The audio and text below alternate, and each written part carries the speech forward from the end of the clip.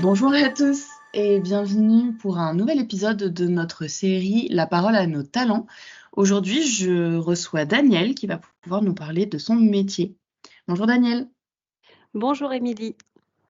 est-ce que tu peux nous dire ce que tu fais toi au sein de Talent Solution? Je suis responsable parcours emploi santé, c'est-à-dire que je manage, actuellement une équipe de psychologues du travail et psychologues cliniciennes qui sont sur les départements du 75 et 92 pour la prestation qui s'appelle Parcours emploi santé. Une très, très belle prestation d'ailleurs, prestation dans laquelle pour la première fois, en fait, on prend en compte, la situation de santé du bénéficiaire pour mieux l'accompagner, en fait, sur soit une idée de reconversion professionnelle, soit faire le point, sur les freins qu'il rencontre et travailler notamment sur les leviers pour pouvoir avancer avec lui sereinement sur une durée qui peut aller de 4 mois à 6 mois, en sachant que tout ce qui se dit et tout ce qui est fait dans le cadre de cette prestation-là est strictement et entièrement confidentiel, lié au code déontologique des psychologues. D'accord, et cette prestation-là, elle est publique? Comment elle se déclenche? Alors cette prestation est adressée aux demandeurs d'emploi, qui vont faire la démarche, en fait, auprès de leur conseiller ou alors leur conseiller va leur proposer de venir, en fait, dans le cadre de la prestation et ça reste du marché public pour lequel, en fait, chaque personne qui est intéressée, à l'idée de travailler sur ce sujet-là peut venir, nous rencontrer. Mais ça passe systématiquement par le conseiller Pôle emploi. D'accord, très bien. Et pourquoi toi tu l'aimes, ton métier?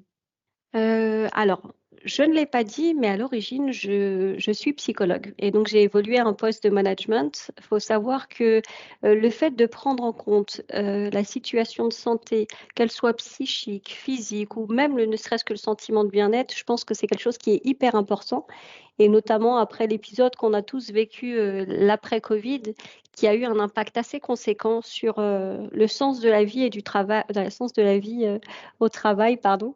Et beaucoup de questionnements existentiels sur, est-ce que mon métier me correspond? Est-ce qu'il me passionne? Ou des choses comme ça et je pense que, je fais partie de ces gens-là qui ont besoin que leur métier fasse sens et là, en l'occurrence, la chance de pouvoir, en fait, encadrer, toute une équipe de psychologues qui est hyper impliquée, investie et qui fait vraiment le job, auprès de nos bénéficiaires, c'est pour moi, une vraie fierté et un vrai boost au quotidien.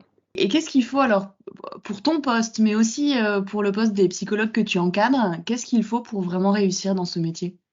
Alors, pour le métier de psychologue, il faut être, en capacité de prendre du recul sur ce qui se vit, sur ce qui se dit et sur le travail qu'on fait avec les bénéficiaires pour ne pas tout prendre pour soi.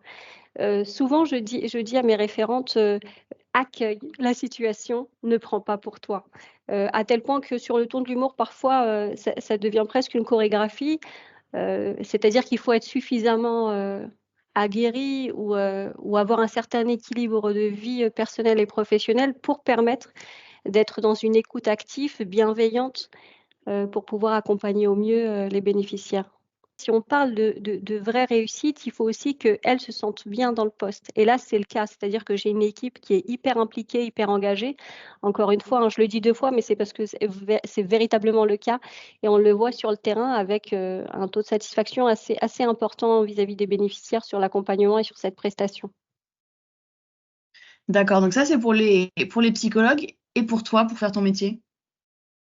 Alors, il faut être organisé, prendre de la distance également. Et faire preuve de bienveillance et d'écoute aussi, avoir la capacité en fait à trouver des solutions et rapidement, avoir un une certaine capacité d'analyse également, parce que encore une fois, hein, quand tout à l'heure sur le ton de l'humour un peu je disais: «Prends pour toi», enfin: «Accueille et ne prends pas pour toi».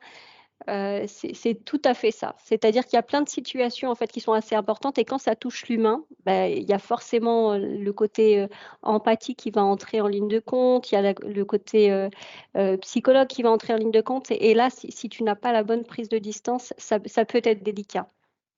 Donc pour réussir, je pense qu'il faut, c'est ça, prendre de la hauteur, prendre les bonnes décisions, savoir réagir vite et surtout être à l'écoute de son équipe et de faire preuve de bienveillance, quelle que soit la situation.